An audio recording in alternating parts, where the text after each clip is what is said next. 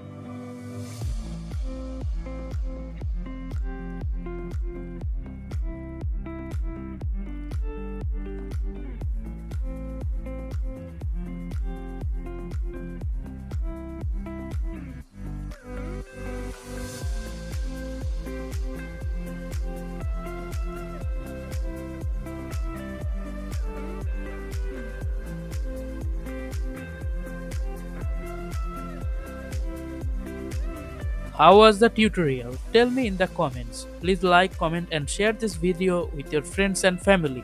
Also, please subscribe and don't forget to click the bell icon for more videos.